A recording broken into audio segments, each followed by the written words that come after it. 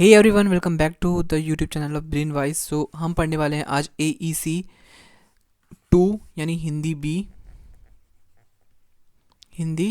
B for semester 3 and 4। ध्यान रखना, semester 3 और 4 सेकेंड ईयर के बच्चों के लिए, ठीक है, नॉट फॉर फर्स्ट ईयर।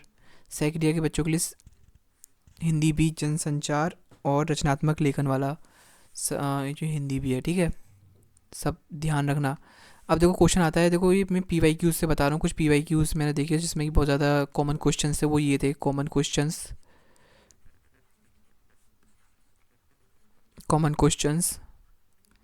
क्या क्या थे? वो थे रचनात्मक लेखन से आप क्या समझते हैं। तो क्या समझते हैं वो हम बात करेंगे। सो रचनात्मक लेखन यानी क्रिएटिव राइटिंग से तात्पर्य ऐसा लेखन है जिसके, देखो बेसिकली रचनात्मक लेखन क्या होता है। रचनात्मक लेखन को इंग्लिश में बोलते हैं क्रिएटिव राइटिंग। इससे ये होता है कि और ये राइटिंग ऐसी राइटिंग होती है जो आज से पहले कभी ना लिखी हो, ठीक है, जो कि आज से पहले कभी ना लिखी हो, और लिखी भी हो तो उसको इस तरीके से लिखना जो कि नई तरीके से हो, उससे मतलब कुछ भी मैच ना हो जाओ पुराना वाले से, ठीक है। तो वो होती है क्रिएटिव राइटिंग, नई तरीके से रचना करना। तो इससे इसकी डेफिनेशन पढ़ लेते हैं। रचनात्मक लेखन से तात्पर्य ऐसा लेखन है जिसमें लेखक अपनी कल्पना, भावनाओं, अनुभवों और विचारों को नए और अद्वितीय तरीके से प्रस्तुत करता है।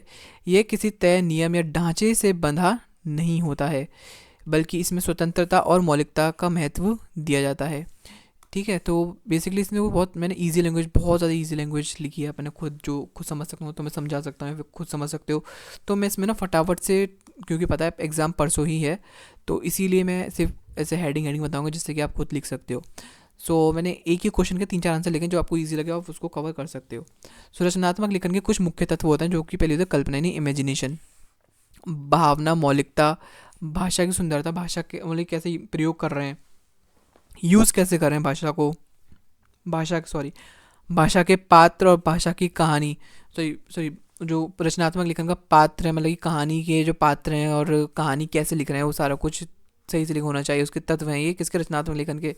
अब रचनात्मक लेखन के उदाहरण, रचनात्मक लेखन के उदाहरण कौन कौन से? कहानी, कविता, नाटक, ठीक है, ये हो गए। एक सेकेंड, आई थिंक ये आपको ना क्लियर नहीं दिख रहा होगा, आई थिंक मैं थोड़ा सा उसे छोटा कर लेता हूँ। ये सब आई थिंक आपको सही दिख रहा होगा, है ना? सो सॉरी, कोई बात नहीं। अगर आपको कुछ मिस दिख रहा हो तो उसमें ना आप टेलीग्राम पे जा सकते हो, टेलीग्राम पे मिल जाएगी आपको ये PDF मेरे फ्री ऑफ कॉस्ट। निबंध, इसका एग्जांपल निबंध भी उपन्यास है, नोवेल राइटिंग, डायरी या आत्मकथा यानी डायरी और ऑटोबायोग्राफी। इसके महत्व क्या क्या है? रचनात्मक लेखन न केवल मनोरंजन का माध्यम है, बल्कि ये समाज को नई सोच और दृष्टिकोण प्रदान करने में भी सहायक होता है। हाँ, तो उसके क्या है मतलब कि ये नई सोच और दृष्टिकोण प्रदान करने में भी सहायक होता है। यह व्यक्ति की अपनी भावनाओं और विचारों को व्यक्त करने का एक सशक्त माध्यम है। अगर हम शॉर्ट में देखें तो रचनात्मक लेखन कल्पना और कला का संगम है, जो पाठक यानी पढ़ने वाला, और लेखक यानी जो लिखने वाला, दोनों के लिए आनंददायक और प्रेरणादायक होता है। अब इसका भी आगे देखेंगे, एक सेकंड रुकिए आप। सो अब इसका ना सेकंड आंसर देखते हैं रचनात्मक लेखन का, बहुत इजी लैंग्वेज में। रचनात्मक लेखन का मतलब ऐसा लेखन है जिसमें लेखक अपनी कल्पना, भावनाएं और नए विचार पेश करता है। यह किसी नियम और ये किसी नियम से बंधा नहीं होता है, बल्कि इसमें लेखक अपनी बात को खास और अनोखे तरीके से कहने की कोशिश करता है। वही सेम चीज़ है, देखो सेम चीज़ है, मैं उसका अलग आंसर ही बता रहा हूँ। रचनात्मक लेखन में क्या होता है? कल्पना होती है, भावनाएं होती हैं, मौलिकता यानी ओरिजिनलिटी होती है, सजावटी भाषा होती है, कहानी और पात्र होते हैं, ठीक है। अब इसके उदाहरण क्या क्या है? कहानी, कविता, नाटक, उपन्यास, डायरी, ठीक है। अब इसका महत्व क्या है? महत्व देखो, ये रचनात्मक लेखन हमें अपनी भावनाओं को व्यक्त करने और दूसरों को कुछ नया सिखाने या सोचने पर मजबूर करता है। ये मनोरंजन के साथ साथ प्रेरणा भी देता है। आसान शब्दों में रचनात्मक लेखन वो है जो दिल से लिखा जाता है और दिमाग को खुश कर देता है, ठीक है। दिल से लिखा जाता है, दिमाग को खुश कर देता है, ठीक। अब क्या कहते क्या कहते हैं? रचनात्मक लेखन, इसका तीसरा आंसर है सेम, बस तीसरे फॉर्म में, तीसरा मतलब कि उसका इजी लैंग्वेज में सेम आंसर। रचनात्मक लेखन का मतलब है ऐसा लेखन जिसमें लेखक अपनी कल्पनाओं, विचारों और भावनाओं को अपनी तरह से व्यक्त करता है। इसमें कोई तय नियम या तरीका नहीं होता है। यह लेखक ये लेखन ऐसा है, लेखन यानी राइटिंग ऐसा होता है जो दिलचस्प, नया और अनोखा हो, जिससे पाठक यानी पढ़ने वाला जुड़ सके और उसे पढ़ने में मज़ा आए। ठीक है। रचनात्मक लेखन में क्या क्या होता है? कल्पना होती है, इमेजिनेशन, भावनाएं होती हैं, मौलिकता यानी ओरिजिनलिटी होती है, और भाषा का जादू यानी शब्दों को इस तरीके से लिखा जाए जिसमें पढ़ने वाला आकर्षित हो, सुंदर और रोचक शब्दों का इस्तेमाल, भाषा का इस्तेमाल करें। कहानी और पात्र यानी स्टोरी और कैरेक्टर्स अच्छे होने चाहिए, ज़्यादा नहीं होने चाहिए, लिमिटेड होने चाहिए, और ऐसे होने चाहिए जिससे कि लोग अपना जुड़ाव महसूस कर सकें। ठीक है। और रचनात्मक लेखन का उदाहरण क्या गया? कहानी, कविता, नाटक, डायरी, उपन्यास, फिल्म या फिल्म की पटकथा यानी फिल्म की स्क्रिप्ट। अब देखो बहुत से लोग कहेंगे स्क्रिप्ट कैसे लिखते हैं, स्क्रिप्ट बहुत से लोगों को लिखना नहीं आता। इस स्क्रिप्ट ऐसे लिखते हैं ना, बताइए, स्क्रिप्ट ऐसे लिखते हैं ना, फटाफट से बताओ। हाँ ना, ऐसा ही लिखते हैं। थोड़ा साफ से लिखूँ, इस, एक सेकेंड ये ना मिटल जाए, चलो, ओके, स्क्रिप्ट। ठीक है, स्क्रिप्ट ऐसे लिखते हैं इसको, इंग्लिश में ऐसे, हिंदी में ऐसे। ठीक है, ये भी ठीक है। अब रचनात्मक लेखन क्यों ज़रूरी है? मनोरंजन के लिए, भावना व्यक्त करने का तरीका है। रचनात्मक लेखन सोचने को मजबूर करता है, प्रेरणा देता है। आसान भाषा में आप पढ़ लेना, वही चीज़ है। दिमाग को लेखन ऐसा है जो दिमाग की कल्पना और दिल की भावनाओं को शब्दों में डालकर दूसरों को खुशी, प्रेरणा या नए विचारों को देता है। ठीक है। और रचनात्मक लेखन के विविध यानी विभिन्न प्रकार क्या क्या हैं, उन पर प्रकाश डालिए। आज इन पर प्रकाश डालते हैं सब मिलके। जो उदाहरण बहुत देर से पढ़ रहे थे, उदाहरण, वो उदाहरण ही विविध रूप हैं इनके। रचनात्मक लेखन के वही विविध रूप यानी विभिन्न रूप हैं, रूप। ठीक है। क्षेत्र अलग होते हैं। देखो क्षेत्र बता दूं मैं क्या क्या होता है। क्षेत्र में बेसिकली होता है हमारा साहित्य, पत्रिक पत्रिकता सॉरी पत्रकारिता एवं संचार और विज्ञापन, ये होते हैं रचनात्मक लेखन के विविध क्षेत्र। और रचनात्मक लेखन के विविध रूप होते हैं मौखिक और लिखित रूप, गद्य और पद्य रूप, और कथात्मक रूप। और इसको हम और डिटेल करेंगे, इसके अंदर और सब डिवीज़न करेंगे तो ये सारे निकल के आ जाएंगे। ठीक है, ये सारे डिवीज़न, ये सारे निकल के आ जाएंगे। रचनात्मक लेखन के विविध रूप यानी मतलब वह अलग अलग तरीके जिसमें हम अपनी कल्पना और भावनाओं को व्यक्त कर सकते हैं। हर रूप का अपना एक खास अंदाज होता है। आइए इनमें से आसान शब्दों में समझते हैं। कहानी लेखन क्या होता है? कहानी यानी जिसमें पात्र होते हैं, घटनाएं होती हैं, भावनाएं होती हैं, जैसे परियोग की कहानियाँ, रोमांचक कहानियाँ, प्रेम कहानियाँ। एक शुरुआत होता है इसका, एक बीच का होता है पार्ट, और एक अंत का पार्ट होता है, यानी एंड में क्या होता है। कविता में क्या होता है? एक होता तो ये भी शब्दों का ही, सुंदर भावनाओं का एक राइटिंग होती है, भावनाओं को सुंदर शब्दों और लय में प्रोना होता है। प्रेम कविताएं होती हैं, प्रेरणादायक कविताएं होती हैं। ठीक है, एक कभी छोटे छोटे शब्दों को गहरी बात कह दी जाती है, इसमें ऐसा ही होता है। नाटक में यानी ड्रामा, जैसे कि हम शेक्सपियर के ड्रामा पढ़ते हैं, नाटक पढ़ते हैं। ठीक है, और शेक्सपियर को कौन क्या बोला जाता है? The father of drama, English drama. ठीक है, नाटक यानी इसमें संवाद भी होते हैं, घटना होती है, माध्यम से कहानी कहना। ठीक है। उपन्यास लेखन क्या होता है? नोवेल राइटिंग, जिसमें लंबी और विस्तृत कहानियाँ, जिसमें कई पात्र और घटनाएं होती हैं। उदाहरण गोदान, मुंशी प्रेमचंद्र। निबंध लेखन वो होता है जो एक विषय के बारे में उसको हम डिटेल में तर्क के साथ लिखते हैं, वो तर्क यानी एग्जाम्पल के साथ लिखते हैं, और बहुत सी चीज़ समझाते हैं उसकी, ये अच्छी चीज़ समझाते हैं, गलत चीज़ समझाते हैं, सारा कुछ।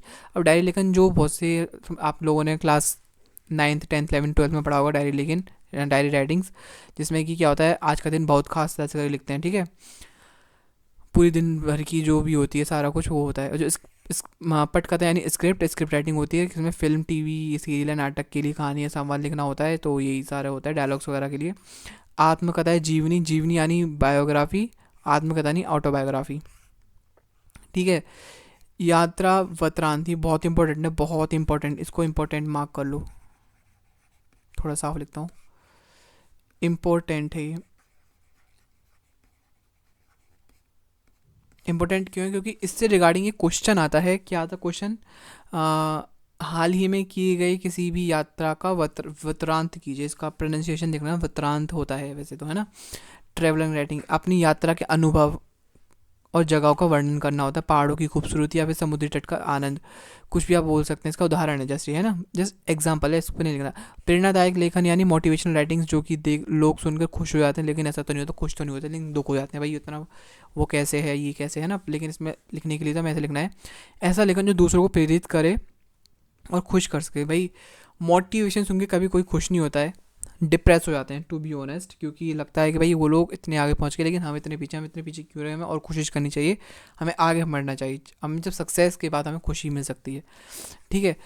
रचनात्मक लेखन के कई रूप हैं, जैसे कहानी, कविता, नाटक, उपन्यास, निबंध आदि, और हर रूप में लेखक अपनी बात को खास तरीके से पेश करता है। अब जनसंचार माध्यम के प्रसार में हिंदी भाषा, अब हिंदी भाषा की भूमिका क्या है उसका विश्लेषण करते हैं हम। आइए जानते हैं। हिंदी भाषा, जो जनसंचार माध्यमों में हिंदी भाषा की भूमिका का मतलब है उन साधनों में हिंदी का योगदान जो लोगों तक सूचना, विचार और मनोरंजन पहुंचाते हैं। राइट। जैसे कि मनोरंजन पहुंचाते हैं, जैसे कि हमारी टीवी होगी, रेडियो हो गया, अखबार, सोशल मीडिया इत्यादि, यानी आदि एक्सेट्रा ईटीसी। हिंदी भाषा की भूमिका का महत्व। हिंदी भारत का सबसे ज़्यादा बोली और समझी जाने वाली भाषा है, इसके कारण वह जनसंचार माध्यमों में एक अहम स्थान रखती है।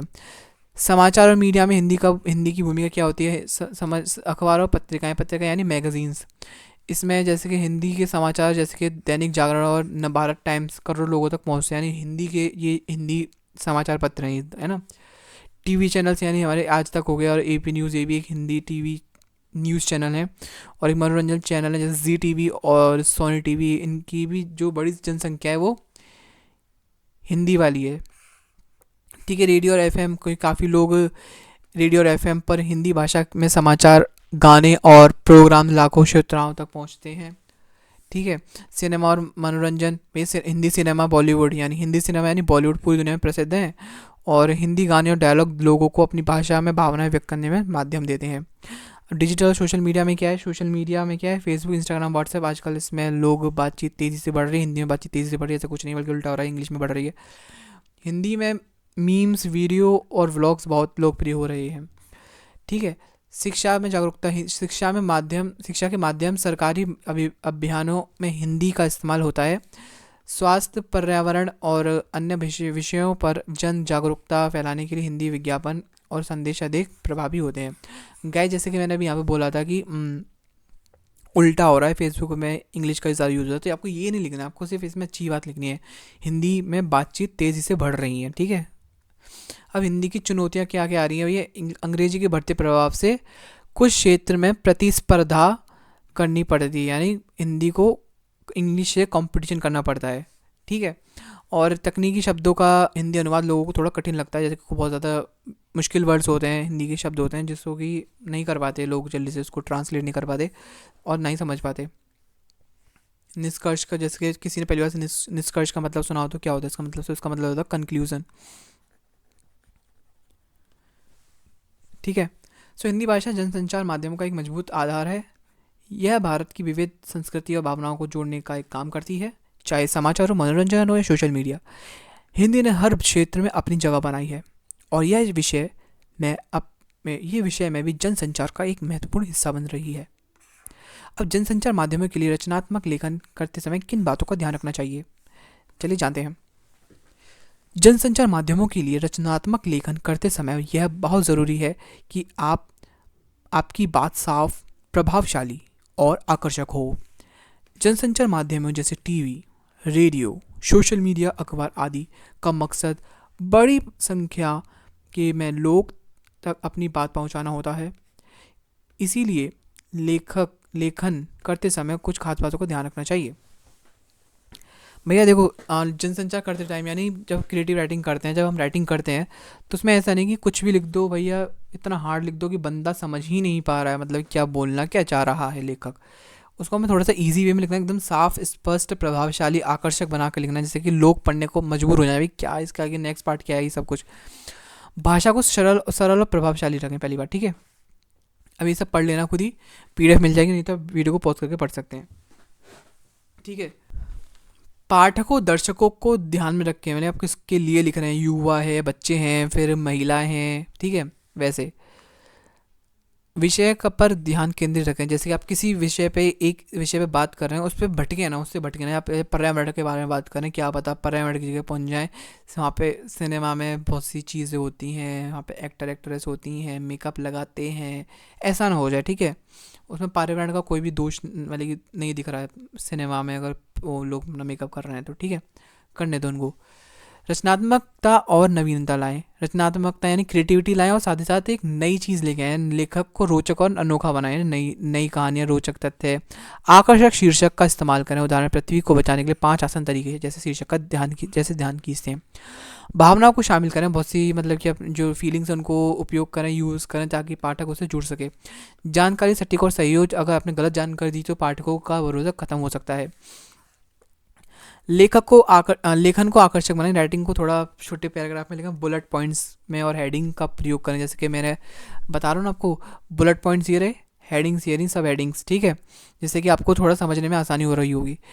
पाठक की रुचि बनाए रखने के लिए लेखन को सरल और व्यवस्थित रखें। भाई जो पढ़ने वाला है उसको उसकी रुचि बनाने के लिए और लेखन को सरल बनाने के लिए ये व्यवस्थित रखना पड़ता है।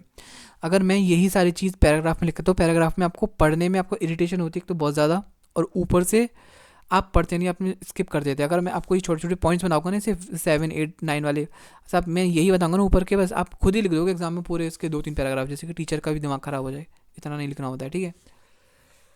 सो इसमें मतलब कि 60 नंबर का पेपर आएगा, तो अकॉर्डिंगली उसके मार्क्स में अपने मार्क्स वो लिखिए, क्वेश्चन आंसर लिखिएगा, माध्यम के अनुसार लिखें।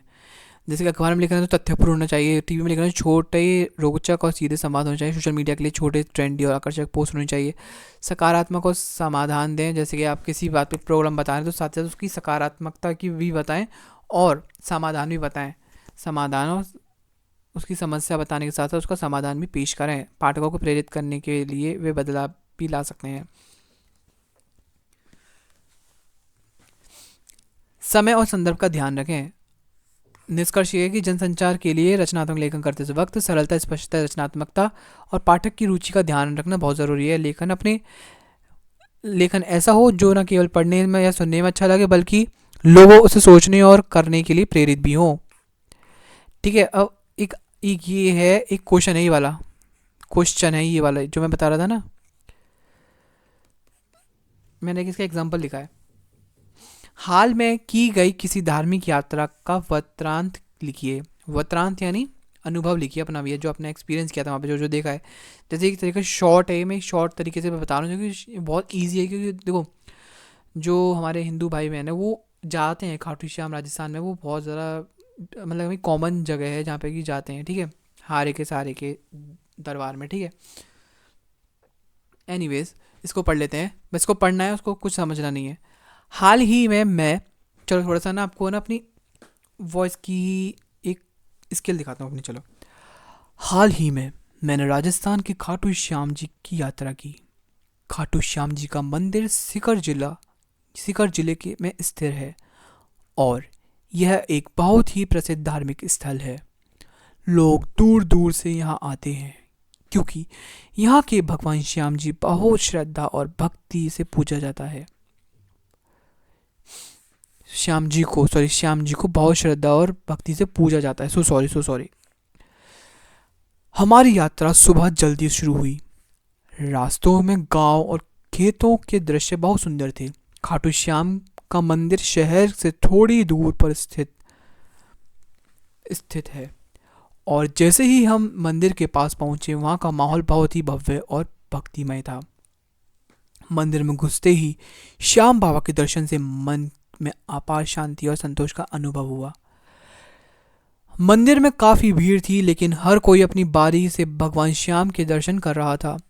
मंदिर के अंदर लोग जोर जोर से श्याम बाबा की जयकारा लगा रहे थे, जिससे वातावरण में एक अलग ही ऊर्जा फैल गई थी। दर्शन के बाद हमने मंदिर परिसर में प्रसाद लिया और वहां के माहौल का आनंद लिया। खाटू श्याम के दर्शन के बाद हम पास के बाजार में भी गए, जहां कई धार्मिक वस्तुएं और फूल माला बिक रहे थे। वहां का माहौल बहुत ही सजीव और उल्लासपूर्ण था। यात्रा के इस अनुभव ने मेरी आस्था को और भी मजबूत किया और दिल को सुकून मिला। राजस्थान की ये यात्रा भी बहुत यादगार रही। ऐसे हो सकता है, इसको मैंने एलाबोरेट करके लिखा है, अगर इसको पढ़ने की जरूरत नहीं हो, आपको अपना लिखना है, ठीक है। एक आया था टीवी धारावाहिक के लिए संवाद लिखें। If you are a creative writer, अगर आप एक स्क्रिप्ट राइटर हैं, मतलब कि आप कंटेंट राइटर हैं, जैसे बहुत से लोग होते हैं, जैसे एक्टर होते हैं, कुछ कंटेंट राइटर होते हैं, तो जिसमें कि जो कंटेंट राइटर होता है ना, वो उनके लिए भाई ये बहुत गजब की चीज़ है, मतलब ये, ठीक है। ये वो कर सकते हैं, बिना पढ़े भी जाएंगे ना, बिना पढ़े कर जाएंगे ये सारी चीज़ें। तो आप इसको पढ़ सकते हैं कैसे, जैसे कि हमने धारावाहिक का नाम बताया, रिश्तों की डोर, जो भी कोई XYZ होता हो कुछ भी। तो इसमें संदर्भ एक यानी सीन 1 है, ये सारा कुछ है, भाई बहन के बीच में तकरार। सीन 2 है सास बहू के बीच में गलतफहमी। सीन 3 है प्रेमी प्रेमिका का प्यार और तकरार। संदर्भ 4 है सीन 4 पिता पुत्री के बीच संभावनात्मक संवाद। संदर्भ 5 है दोस्ती का मज़ेदार संवाद। ये सारा कुछ ऐसा है, टीवी धारावाहिक के संवाद ऐसे होने चाहिए, ठीक है, जो भावनाओं को उभारें, दर्शकों को बांध कर रखें और कभी कभी उन्हें खुद से जोड़ने का मौका दें। ऊपर दिए गए संवाद प्रेम तकरार रिश्तों के नए कई रंगों को दिखाते हैं, जो धारावाहिक की कहानी को रोचक बनाते हैं। संवाद लिखते वक्त हमें क्या क्या चीज़ याद रखनी चाहिए। संवाद लिखते वक्त ये जरूरी है कि वह कहानी किरदार और अनुपमा कैसे कह रहा हूँ मैं, अनुपमा कैसे आ गई बीच में एकदम से, सो सॉरी। संवाद लिखते समय यह ज़रूरी है कि वह कहानी और किरदार के अनुरूप हो और दर्शकों के मन में गहरी छाप छोड़े। संवाद केवल शब्दों का खेल नहीं बल्कि भावनाओं का व्यक्त करने और कहानी को आगे बढ़ाने का महत्वपूर्ण माध्यम है। यहाँ कुछ ज़रूरी बातें दी गई हैं जो संवाद लिखते समय ध्यान रखनी चाहिए, जैसे कि किरदार का स्वभाव समझें, उसका नेचर समझें, सरल और प्रभावी भाषा का उपयोग करें, कहानी के साथ मेल रखें, भावनाओं का व्यक्त करें, ठीक है, परिस्थिति के अनुसार लिखें, आकर्षक और यादगार बनाएं, और संवाद की लंबाई का ध्यान रखें, ज़्यादा बड़ी ना हो, जैसे कि पढ़ने वाला ही करे अरे यार क्या है ये, समझ रहे हो। हास्य और नाटक में वहाँ पे मतलब कॉमेडी होनी चाहिए, मतलब कि थोड़ी संतुलन वे में, यानी पूरा मतलब सीरियस शो है और उसको कॉमेडी बना रहे हैं आप लोग। शो एक मतलब संवाद, मतलब कि कन्वर्सेशन हो रही है, वो सीरियस है, लेकिन आप उसको बना रहे हो कॉमेडी, तो इसमें नहीं, थोड़ा बहुत होना चाहिए। तो संवादों में मौलिकता लाएं, यानी ओरिजिनलिटी लाएं, और नहीं कुछ भी बता रहे हैं, कुछ भी ऐसे उल्टा सीधा नहीं होना चाहिए, ठीक है। संवाद के माध्यम से संदेश दें, ठीक है। जैसे कि संवादों के जरिए कहानी का मुख्य संदेश या विचार स्पष्ट होना चाहिए, जैसे ज़िंदगी में जीतने के लिए ज़रूरी नहीं है कि हर बार लड़ाई लड़ी जाए, कभी कभी हार कर भी जीता जा सकता है। कैसे रोबोट की तरह बोल रहा हूँ मैं, कोई बात नहीं। उदाहरण सामान्य संवाद, तुम मुझे धोखा क्यों दे रहे हो। प्रभावी संवाद, तुम्हारी आंखों में वो सच्चाई कभी थी ही नहीं जो मुझे हमेशा दिखाई देती थी। निष्कर्ष, संवाद केवल शब्द नहीं बल्कि वह किरदार की सोच, भावनाएं और परिस्थितियों को दर्शाते हैं। अच्छे संवाद कहानी को यादगार बनाते हैं और दर्शकों के साथ एक गहरा जुड़ाव पैदा करते हैं। खैर, अब एक चीज़ लास्ट आती है, वो है विज्ञापन लेखन के वक्त क्या क्या चीज़ हमें याद रखनी चाहिए, भाई क्या रखनी चाहिए। इसके बाद हमारा चैप्टर आई थिंक कंप्लीट हो जाएगा। ये विज्ञापन लेखन एक ऐसा रचनात्मक काम है जिसका मकसद समझ गए आप लोग, मकसद लोगों को किसी उत्पाद, सेवा या विचार की ओर आकर्षित करना होता है। विज्ञापन लिखते समय यह ज़रूरी है कि आपका संदेश प्रभावशाली, आकर्षक और यादगार रहे। इसके लिए कुछ महत्वपूर्ण बातें ध्यान रखना चाहिए, जैसे कि विज्ञापन का उद्देश्य समझें, क्या बेचना है, किसे बेचना है, कैसे बेचना है। लक्षित टारगेट, यानी टारगेट ऑडियंस क्यों कौन सी है, ठीक है। उदाहरण जैसे कि अगर आपका उत्पाद यानी जो प्रोडक्ट है बच्चों के लिए है, तो भाषा और शैली सरल और मज़ेदार होनी चाहिए, जैसे कि बच्चे भैया मुझे ये चाहिए, ठीक है। आकर्षक और आसान भाषा का इस्तेमाल करें, ध्यान खींचने वाले शीर्षक लिखें, जैसे कि छोटा, जैसे दाग हटाओ चमकला बताओ किसका ये, बस एक बार इस्तेमाल करें और हमेशा के लिए प्यार करें। लाभ पर ध्यान दें, फोकस ऑन द बेनिफिट। भाई जो भी कोई कंपनी होती है वो अपनी मतलब कि वही बताती है, फीचर्स बताती है, अपने फ़ायदे वाली चीज़ बताती है, ठीक है। लाभ वाली बेनिफिट्स बताती है, उसके डिसएडवांटेजेस नहीं बताती है। जैसे कि फ़ीचर हो गई हमारी क्रीम में SPF 50 है, फ़ायदा यह आपकी त्वचा को धूप से बचाएगी और उसे चमत्कार बनाएगी, चमकदार बनाएगी। क्रिएटिविटी का इस्तेमाल करें, भैया क्रिएटिविटी लानी पड़ेगी, रचनात्मक लेखन पढ़ रहे हैं हम, रचनात्मकता पढ़ रहे हैं, तो भैया सीधी सी बात है, हमें ये लानी पड़ेगी क्रिएटिविटी। रचनात्मकता यहाँ पे लिख देंगे, रचनात्मकता का इस्तेमाल करें। विज्ञापन को रोचक और अनोखा बनाएं। ठीक है भाई, सीधी सी बात है, रचनात्मकता की यहाँ पे क्रिएटिविटी है, यहाँ पे विज्ञापन को रोचक और अनोखा लिखने की बात की ही जाएगी। कहानी के रूप में प्रस्तुत करें, उत्पाद या सेवा की अनोखी बातें बताएं, भावनाओं का उपयोग करें, एक और कॉल टू एक्शन यानी CTA जोड़ें, यानी अभी खरीदें, आज ही संपर्क करें, डिस्काउंट पाने के लिए कॉल करें, ऐसा कुछ होता है ना वैसे। दृश्य और शब्दों का संतुलन रखें। ठीक है, भरोसा पैदा करें, यानी कुछ भी झूठा झूठा बोल रहे हैं, मतलब कि क्या कहते हैं, आप हमारा टूथपेस्ट यूज़ करोगे, जैसे आप ब्रश पे अपना टूथपेस्ट डालोगे तभी आपके दांत चमकदार हो जाएंगे। ऐसा कैसे हो जाएगा भाई, कोई भी नहीं खरीदेगा ऐसा। ठीक है, छोटा और प्रभावी रखें, ट्रेंड्स के इस्तेमाल करें, ट्रेंड्स यानी जो सोशल मीडिया पे ट्रेंड चल रहा है उसकी अकॉर्डिंग ही चलें। वायरल जाने के लिए वैधता और सच्चाई का ध्यान रखें, यानी झूठा दावा ना हो, बिल्कुल भी झूठा दावा नहीं होना चाहिए। जैसे कि आप इसको पढ़ सकते हो, शीर्षक कैसे, एक उदाहरण है, उत्पाद एक नई टूथपेस्ट का एक एग्जांपल ले रहे हैं। अब दांतों को चमकाएं, मुस्कान से दिल जीतें, ऐसे तो बोलते हैं थोड़ा सा। शीर्षक होगा, अब दांतों को चमकाएं, मुस्कान से दिल जीतें। शरीर, इसका मतलब शरीर यानी कंटेंट, हमारी नई टूथपेस्ट दांतों को सफ़ेद, मसूड़ को मजबूत और सांसों को ताज़ा बनाए, बस 1 हफ्ते में फ़र्क दिखेगा। CTA के लिए आज ही खरीदें और 10% का छूट पाएं। निष्कर्ष, विज्ञापन लेखन एक कला है, इसे रोचक, सरल और भावनात्मक बनाना चाहिए ताकि लोग इससे जुड़ें और उत्पाद सेवा का उपयोग करने के लिए प्रेरित हो। सही भाषा, आकर्षक शैली और ग्राहकों की जागरूकता को समझकर लिखे गए विज्ञापन हमेशा सफल होते हैं। If you have any question regarding this you can comment me down, और कोई क्वेरी ना हो तो कोई दिक्कत नहीं है, मेरा टेलीग्राम चैनल ज्वाइन कर लो, इस यूट्यूब चैनल को सब्सक्राइब कर लो फटाफट से, इसलिए बढ़ाया है क्योंकि भाई आपका एग्जाम बहुत नियर है। So thank you so much for watching this video, like comment share and subscribe, bye bye.